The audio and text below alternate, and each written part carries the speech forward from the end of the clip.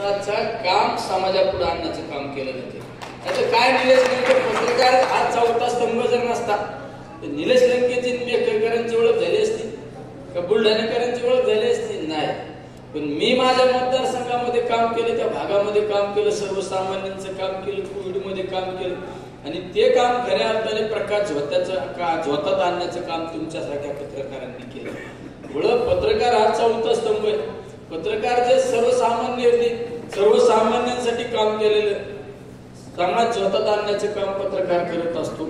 एखाद्या ठिकाणी अन्याय अत्याचार झाला, तो अन्याय अत्याचार सुद्धा समाजापुढे आणण्याचं काम आमचा पत्रकार करत असतो.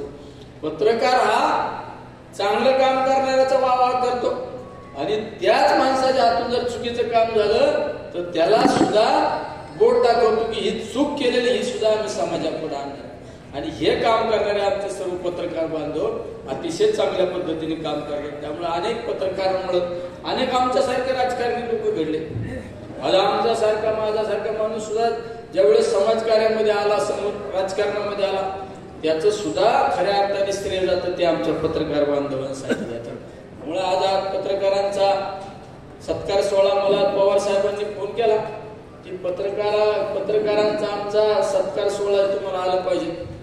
माझ्या मतदारसंघात सुद्धा पुदेगाव या गावात पत्रकारांचा सत्कार सोहळा होता. पण घरी आमच्या सांगितलं, म्हणलं जा घरच्यांना कुणीतरी जा, पण आमच्या मेखरच्या पत्रकारांना मला भेटायचे. खऱ्या अर्थाने आमच्या या भागातील पत्रकारांना भेटण्यात मला आनंद आहे. म्हणलं आज त्यांची भेट घ्यायला जायचं. आमच्या भागातले पत्रकार रोज चालू भेटतात.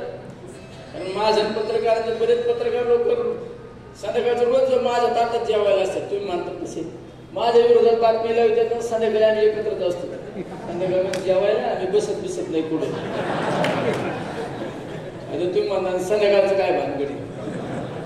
मला बरेच जण काय कधी विचारतात तुझं कामाचं शेड्यूल काय. मी म्हणतो मी सकाळी 7-7:30 चालू केलं का रात्री 3 वाजेपर्यंत. 3 वाजेपर्यंत काय करतो? 3 वाजेपर्यंत म्हणलं शंका येते लोकांना. मग आता एक काम कर, शंका येते ना तू एक दिवस माझ्या बरोबर हेट म्हणून कळत तुला मी काय करतो. म्हणलं मी 3ला सुद्धा घरीच जेवायला जातो.